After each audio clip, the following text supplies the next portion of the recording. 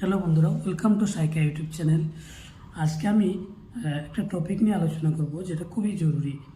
তো আজকে যে টপিকটা আলোচনা করছি সেই সেই টপিকটা হলো ইপিএফও, মানে এমপ্লয়ি প্রভিডেন্ট ফান্ড।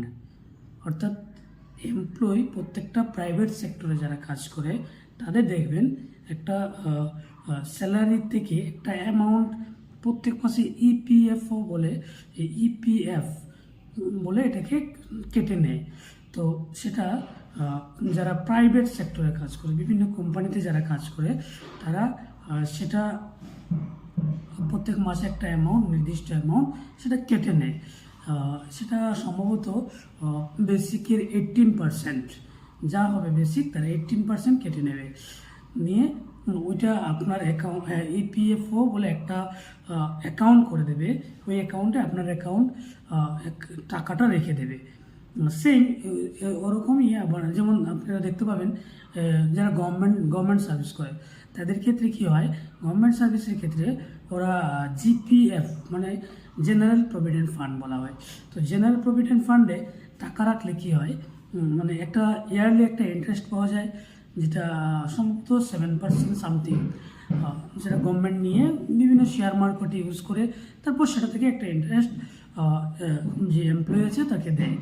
কিন্তু যারা প্রাইভেট সেক্টরে কাজ করে তাদের ক্ষেত্রে কি হয়, তারা একটা নির্দিষ্ট অ্যামাউন্ট নিজেদের স্যালারি অ্যাকাউন্ট থেকে কেটে নেয়, এবং কেটে নেওয়ার পরে যে এমপ্লয়ি হচ্ছে যার অ্যাকাউন্ট থেকে কাটবে, মানে এমপ্লয়ি যিনি সার্ভিস করছেন, আর যারা যার কোম্পানিতে কাজ করছেন সেটা হচ্ছে এমপ্লয়ার।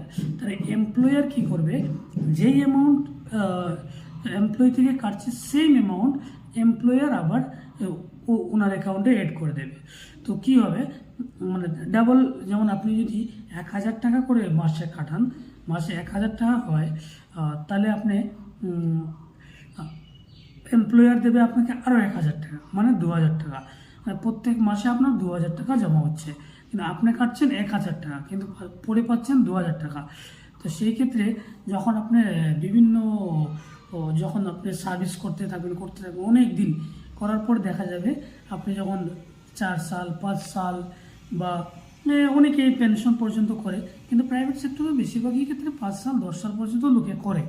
তারপরে কি হয়, ধরুন আপনি 5 বছর চাকরি করলেন প্রাইভেট সেক্টরে, করার পরে কি হবে, 5 বছরে আপনার অনেক টাকা হলো।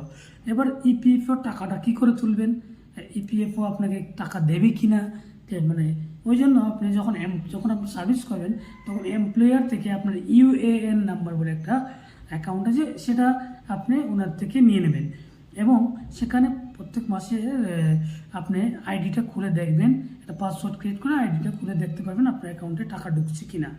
তারপরে যখন মানে আপনি এই টাকাটা তুলতে যাবেন, তখন কিন্তু কিছু প্রসিজার আছে, যেটা আমি আমার অন্য ভিডিওতে সেটা নিয়ে আলোচনা করব, এবং ভিডিও পুরো আপনাকে দেখিয়ে দেবো কী করে আপনি ইপিএফও টাকাটা তুলতে পারবেন।